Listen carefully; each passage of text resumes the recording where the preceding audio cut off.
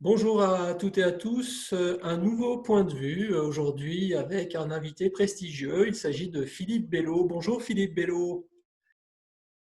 Bonjour. Comment ça va? Écoutez, en sortant de cette crise, on espère que ça va aller de mieux en mieux. C'est ce qu'on peut se souhaiter, au moins à nous deux déjà, soyons un petit peu égoïstes. Philippe Bello, je précise évidemment que vous êtes avant tout dirigeant, vous êtes directeur général d'une très belle entreprise industrielle qui s'appelle Manquillet Parisel, située dans le très joli département des Ardennes où il doit faire très très beau actuellement. Et vous êtes aussi président du conseil de l'IAE Metz School of Management. Alors, peut-être une première question, précisez-nous un petit peu l'activité de votre entreprise que peut-être certains d'entre nous ne connaissent pas très bien. Alors, Manquillet Parisel est une forge. Donc, ça fait partie des entreprises qui fabriquent des choses, je dirais, très, très concrètes. Et en l'occurrence, nous nous sommes spécialisés dans les pièces de sécurité pour le ferroviaire, par exemple, des freins de TGV, pour illustrer. C'est très concret, merci. J'ai bien dit que vous étiez situé dans le département des Ardennes. Est-ce que vous avez d'autres implantations ou est-ce que vous êtes vraiment, c'est votre cœur? C'est votre cœur. Alors, le cœur est dans les Ardennes. On a d'autres implantations dans toute la France, par exemple du côté de Nogent, où il y a également une forge qui elle, est basée sur l'aéronautique. En deux mots? Sur l'aéro, c'est beaucoup plus compliqué que le ferroviaire. Il n'y a plus beaucoup d'avions qui volaient ces derniers temps et donc il y a une crise majeure, à mon avis, qui s'annonce pour ces gens-là. Dans le ferroviaire, c'est plutôt l'inverse. On pense que la vision environnementale des uns et des autres va faire qu'on va augmenter le transport ferroviaire, diminuer le transport routier, diminuer le transport aérien. Et donc, on a beaucoup moins d'inquiétudes. On va croiser les doigts pour vous.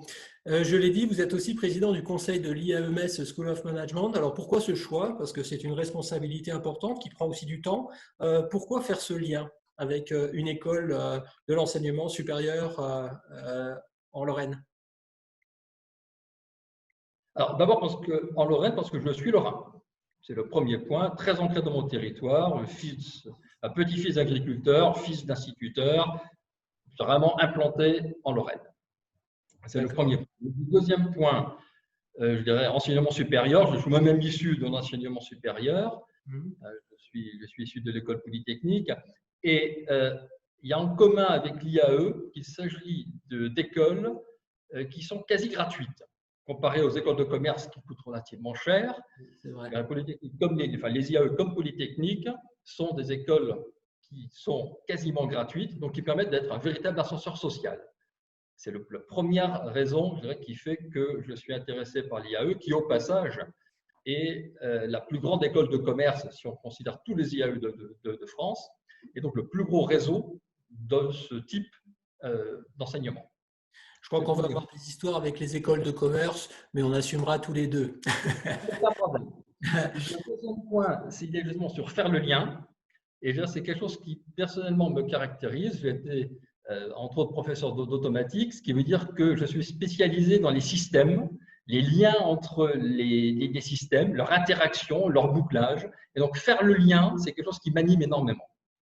Et donc, vous êtes particulièrement animé, si je reprends votre terme, par le lien entre le monde entrepreneurial, l'industrie en particulier, et le monde de la formation. Et je pourrais le dire dans les deux sens, évidemment. Quels en sont les enjeux? Exactement, parce que j'ai commencé tout à l'heure en disant qu'on était une société qui fabriquait. Et pour fabriquer, il faut deux choses. Il faut des machines, il faut des hommes. Les machines, c'est mon côté ingénieur. Les hommes, c'est le côté management, formation, c'est l'IAE. Est-ce que vous pensez que la période que nous vivons aujourd'hui, on va sortir tranquillement, mais sûrement, je l'espère, nous l'espérons tous, d'une crise sanitaire. Malheureusement, nous allons rentrer, pour certains, ils y sont rentrés depuis quelques semaines déjà, dans une crise économique, voire sociale. Vous l'avez vous-même déjà un petit peu évoqué.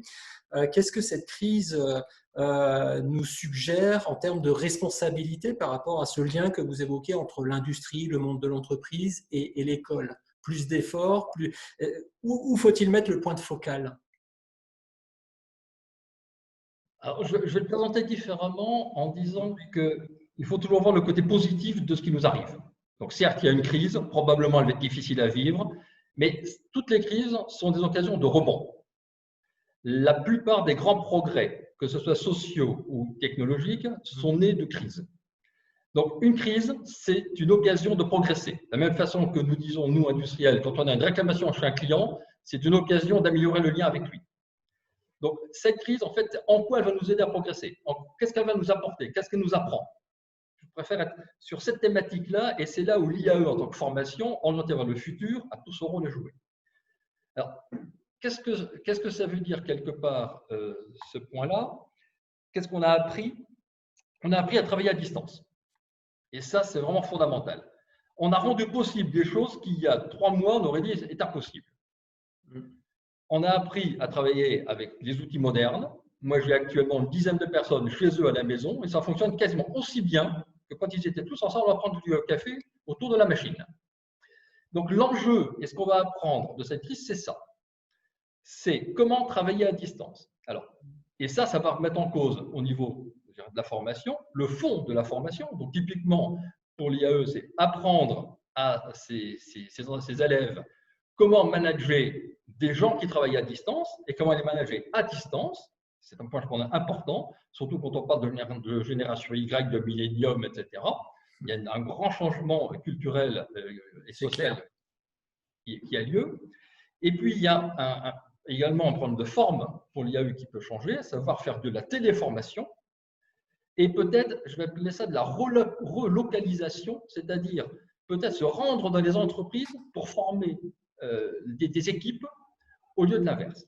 On vient d'apprendre qu'on peut sortir de ces murs et qu'on est tout aussi efficace. Je crois que le grand enseignement de cette crise, c'est celui-là. Alors après, il y aura des hauts, il y aura des bas, il y aura des ennuis, mais comme toujours, je dirais, le monde est autostable et finira par s'en sortir. Donc la réforme de la formation professionnelle que nous avons connue l'année dernière et qui se met en œuvre depuis le 1er janvier 2020 de manière officielle, plus la crise, pour vous, ce sont des éléments très positifs et qui vont booster finalement le modèle de l'apprentissage des compétences pour les entreprises. Est-ce que je vous ai bien compris? Tout à fait. Sur le moyen terme, ça me paraît évident. Après, comme toujours, il va y avoir des soubresauts, des réactions. Vous évoquez la réforme effectivement du système de financement de la formation. C'est clair que cette réforme et la crise du Covid ne sont pas tombées vraiment au bon moment, elles ne sont pas très, très synchrones, on va dire, ou peut-être trop synchrones. Et ça va forcément, dans les mois qui viennent, poser énormément de problèmes parce qu'eux ne sont pas prêts. Elles n'étaient déjà pas prêts et ne le sont toujours pas. Et donc, pendant un certain temps, je pense que les entreprises ont manqué de financement pour aller à la recherche de formation. Donc ça, c'est des soubresauts que j'évoquais. Mais sur le long terme, effectivement, tout ça va être, à mon avis, Monsieur Bello, 2 petites questions avant de conclure. Qu'est-ce que vous-même, en tant que citoyen, en tant que personne, avez appris de cette crise, vraiment en 2 mots? Je crois que c'est, une fois de plus, c'est qu'on a rendu possible l'impossible. Et je crois que c'est toujours ça qui est important, c'est de montrer à quel point les crises permettent de progresser. C'est une preuve supplémentaire. Je crois que je veux vraiment rester sur cette idée. Qu'est-ce que je peux vous souhaiter? Qu'est-ce que nous pouvons vous souhaiter pour les semaines et les mois qui viennent, à part de la sérénité, bien sûr, dans vos affaires?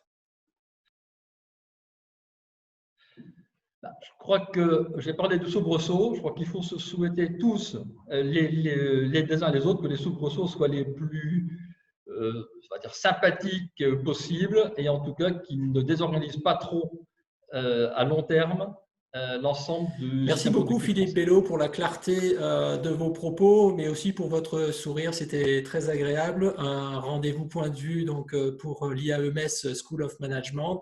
Votre interview va clôturer ce premier cycle d'une dizaine d'interviews qui nous ont permis d'être ensemble avec un certain nombre d'enseignants, de dirigeants qui nous ont éclairés sur cette période un petit peu particulière. On se retrouve bien sûr pour d'autres rendez-vous très prochainement. Merci beaucoup. À très bientôt, Monsieur Bello. Au revoir. Merci À à très vous. bientôt, Au Monsieur revoir. Bello. Au revoir.